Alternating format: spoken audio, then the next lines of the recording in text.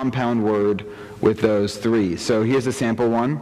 I'm going to give you three words, come up with a fourth word that can form a compound word. So pine, crab, and sauce is, what's the fourth word that can form a compound word with those three?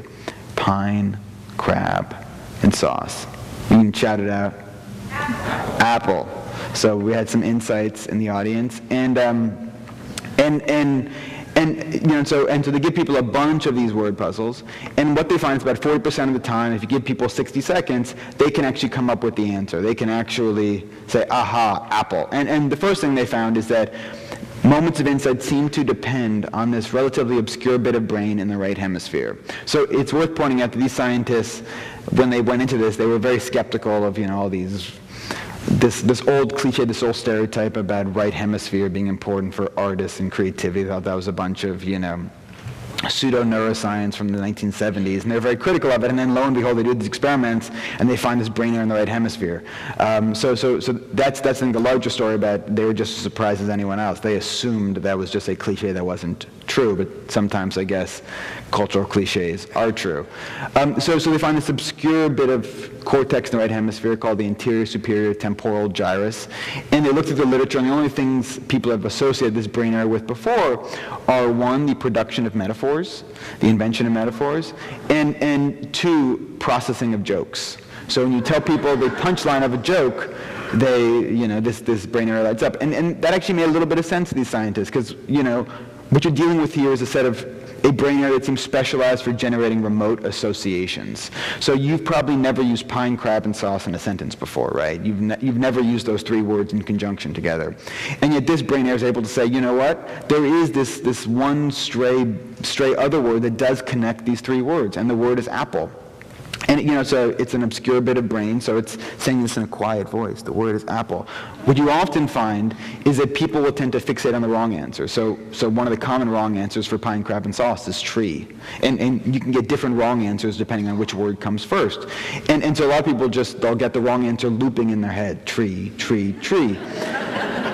And so that's the first thing they find, that young Beeman and Cunio's found that there is this obscure bit of brain, and it's in the right hemisphere, and it seems to be involved with the production of metaphors, because metaphors are also all about remote associations.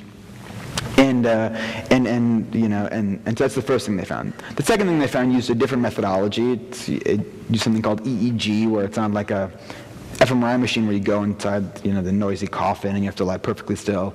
This is you're wearing like a bulky shower cap, and it detects brain waves.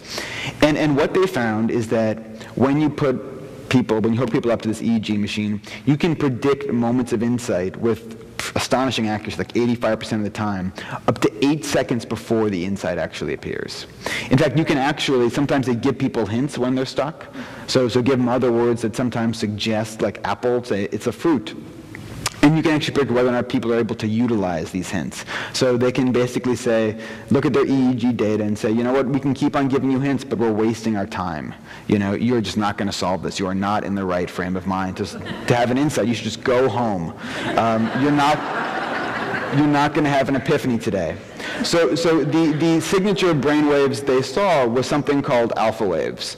Like most things in the mind, alpha waves remain mostly mysterious. But they've been very closely associated with states of relaxation. So people show lots of alpha waves when, for instance, they're in the shower, taking a warm shower, when they're praying, when they're daydreaming, when they're going on a long walk in a pretty park. All these kinds of moments when people describe themselves as relaxed is also when these alpha waves are percolating. Now, there's something a little mysterious about why alpha waves would be associated with moments of insight. But what young Beeman and Cunios argue is that when you're relaxed, when these alpha waves are percolating, you're able to turn the spotlight of attention inwards. You're able to tune out the outside world, pay less attention to the television or to the hum of the air conditioner, and daydream and mull on the connections your own brain is generating and producing spontaneously. And that when the spotlight of attention is turned inwards, you're also better able to hear that obscure circuit of cells in the right hemisphere saying, the answer's apple, the answer's apple, the answer's apple. Instead, when you're too focused on the problem, when you're not relaxed enough, you're obsessed with pine, crab, and sauce, and you can't get tree out of your head. So you have to be relaxed in order to generate these moments of insight. Now, there is, I think, something pretty counterintuitive about this. I think most people, you say, here's a really hard problem, you have to solve it.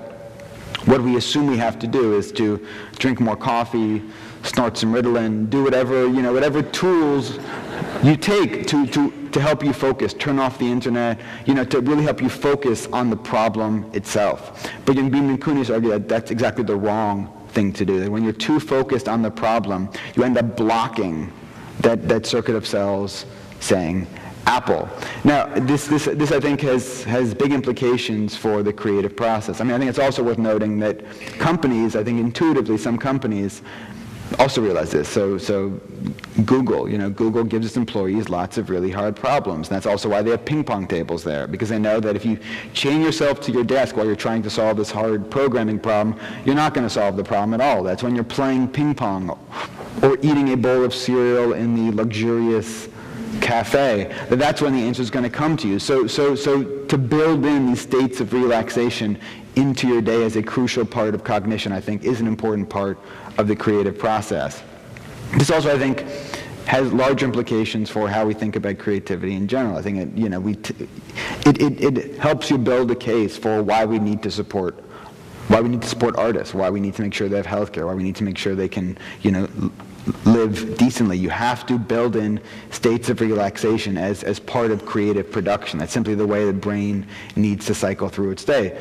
And for instance, Young Beam and Kunis have also shown that when people are in a positive mood, when they report themselves being happy, they have 25 to 30% more insights, because it's easier for them to lapse into these, these rich states of alpha waves. It's easier for them to relax. Now, in terms of metacognition, what this allows you to do is, I think, better adjust your thought process depending on the problem you have to solve. So if you've hit this mental block, if you're working on a really hard problem and you just can't solve it, I think clearly the key thing you should do is take a warm shower. Take a nice walk. Find some way to relax. Don't just drink another double macchiato.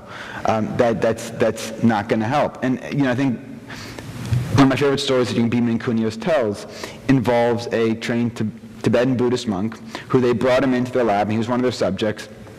And I think he really captures the importance of metacognition and its role in creativity. They give him these compound remote associate problems, and they give him 30, and he can't solve a single one. And at first, they're really confused. They start to wonder about his intelligence. This isn't normal to not be able to solve a single one after giving him 30. And then all of a sudden, he goes on this streak. So he goes 0 for 30, and then he starts solving 25 in a row, and they'd never seen this kind of streak before. They'd never seen someone go from going 0 for 30 to solving 25 in a row. It was unprecedented. And what they argue based on his EEGs, that what happened to him was, at first, this is a guy who, he's a trained meditator. It's all he does all day is meditate. And meditation, I think, is an extreme form of metacognition. You're thinking about thinking, and you develop excellent tools at really being able to adjust your thought process. And so at first, he was so focused on pine, crab, and sauce. He thought that was the way to crack them, is to just focus on those words, on the problem itself, that he couldn't solve a single one. But then after 30 failures, he realized, you know what, this isn't working. Maybe I should try another mental approach. That's when he was able to switch his brain and turn the spotlight of attention inwards, and that's when he went on this unprecedented streak. So being able to be metacognitive, being able to think about thinking and adjust your thought process depending on the creative problem, I think can really change the way we create, and hopefully let us create a little bit more. The last thing I'd like to talk about in terms of metacognition, and I think this brings us back to the subject of why art is so important, is metacognition in terms of helping us get the most out of our mind. And I like to talk about this in terms of, it's one of my favorite experiments, psychology experiments. It's called the marshmallow task. And this was first done by Walter Mischel at Stanford University in the late 60s, early 70s. And the experiment itself couldn't be simpler.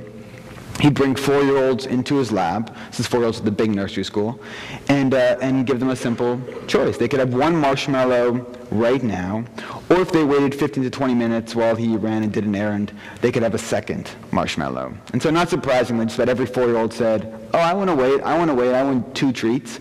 And here's where you see the standard bell curve of human behavior, where some kids would, they couldn't wait until they left the room. They just popped the marshmallow in their mouth. Some kids could wait 30 seconds. The average waiting time was about 2.5 minutes. And sure enough, some kids, about 15-20% of kids, could wait the full 15 minutes. Now,